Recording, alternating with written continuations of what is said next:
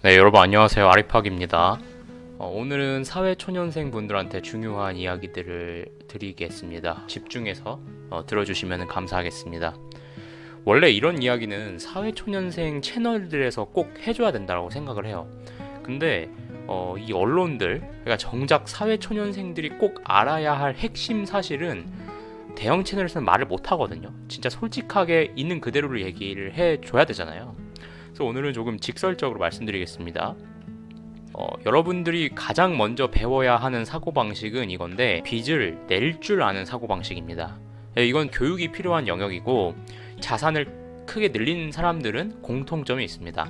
그분들은 단순히 열심히 일만 한 게 아니라 이 자산의 주기를 이해하고 행동을 했다라는 거죠. 많은 분들이 비트코인만 4년 주기가 있다라고 생각하시는데, 저는 개인적으로 대부분의 자산에도 약 4년 단위의 사이클이 있다고 생각을 합니다. 정책, 금리, 유동성, 규제, 선거, 경기, 이 모든 것이 4년 단위로 움직이기 때문입니다. 정부의 행동 패턴은 거의 같습니다.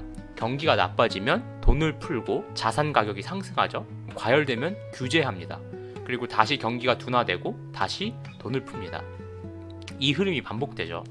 그러니까 부동산 사례로 보면은 명확한데, 예를 들면은 이명박 정부나 박근혜 정부 때 막 대출도 풀어주고 공급 확대 정책을 필 때 가격이 좀 눌리겠죠, 부동산이. 그때 사가지고 정권이 바뀌었어요. 문재인 때가 되면은 부동산 가격이 퀀텀 점프가 되어 있죠. 또 이제 윤석열 정부 때 특례보금 자리론, 이렇게 막 세제 혜택도 줄 때 부동산 가격을 부양하기 위해서 그런 정책을 피면은 그때 들어가서 다시 이재명 정부가 될 때까지 기다리면 어떻게 돼요? 서울에 샀다면은 한 10억 단위 정도의 자산 상승이 정부들을 거치면은 돈을 버셨을 거라고요.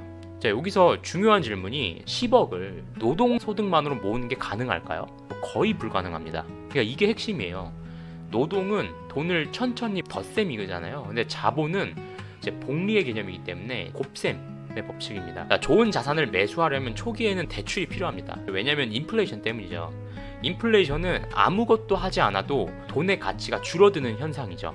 과거 부동산을 매수했던 대부분의 사람들은 대출을 활용했습니다. 그리고 시간이 지나면서 부채의 실질 가치를 낮추면서 자산 상승을 경험했는 거예요.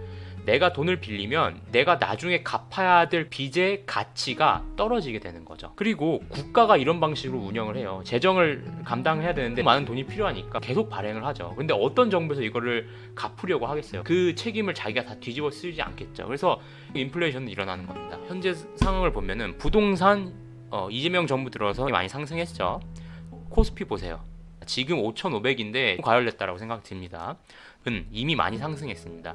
이 자산은 사이클 후반부일 가능성이 높아요. 자, 그러면 지금부터 다음 사이클을 준비할 수 있는 자산이 무엇이냐? 바로 비트코인입니다. 그래서 사회초년생분께 말씀드리고 싶은데, 아직 0.1 비트코인이 없어. 근데 다른 자산을 먼저 고민하는 것은 순서가 뒤바뀐 것 같아요. 특히나 코인 안에서도 비트코인이 아닌 잡코인, 다른 어떤 듣도 보도 못하는 코인들 있잖아요. 수익률을 쫓아서 코인을 하기보다 일단 비트코인부터 모으시는 게 어떨까라는 제 의견일 뿐입니다. 사회초년생의 가장 큰 자산은 시간입니다.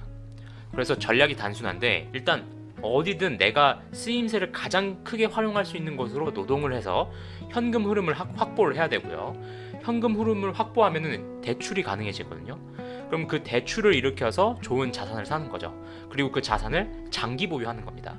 근데 대출을 일으켰다가 내가 어떤 종목을 공부도 안 하고 무턱대고 사면은 그때부터 정말 힘든 인생이 펼쳐질 거예요. 비트코인 정도는 괜찮다라고 생각을 하고 있고요. 그리고 시간은 한 4년은 한번 기다려 보셔라.